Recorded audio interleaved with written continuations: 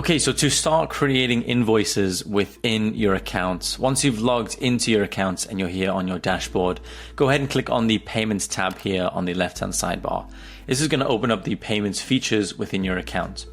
Automatically, you're going to be redirected to Invoices.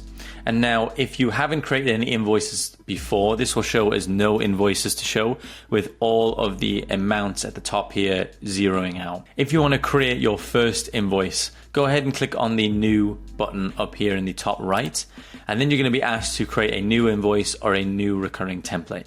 For the purpose of this tutorial, we're just going to click a new invoice. However, if you wish to create a new recurring template or recurring invoice, go ahead and click on the recurring template option.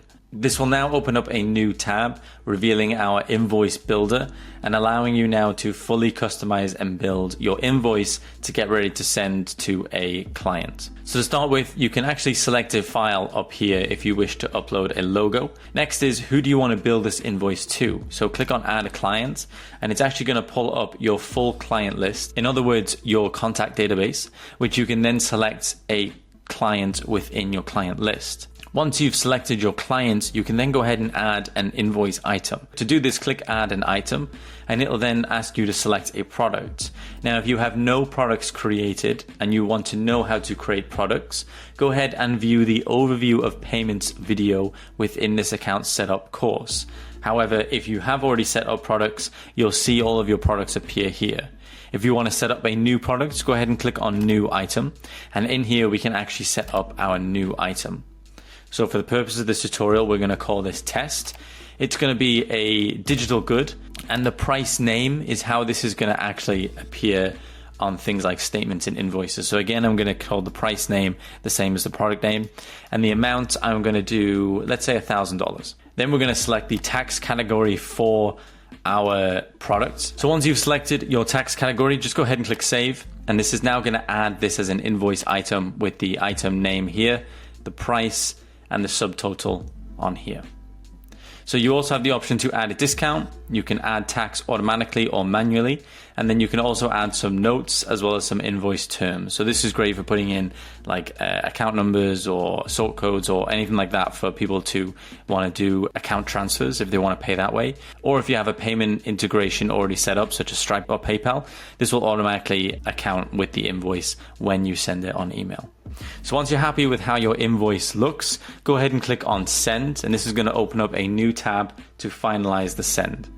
So the name of this invoice, I'm just going to name it New Invoice 1. You can choose to send this by email and text, or email or just text. In this case, I'm just going to do email. Input the email of the contact here. So once you're happy with everything here and all the information is correct, go ahead and click Send Invoice. This is going to go ahead and send the invoice to that client. We can now see that invoice number 1 has been sent to John Johnson for the amount of $1,000, and it's due in 15 days. Okay, so once you've sent the invoice from your account, the client will receive an email which looks something like this. So you'll have your company logo appear at the top, invoice for John. Hi John, company sent you invoice 0004 for $1,000 that's due on October 13, 2024.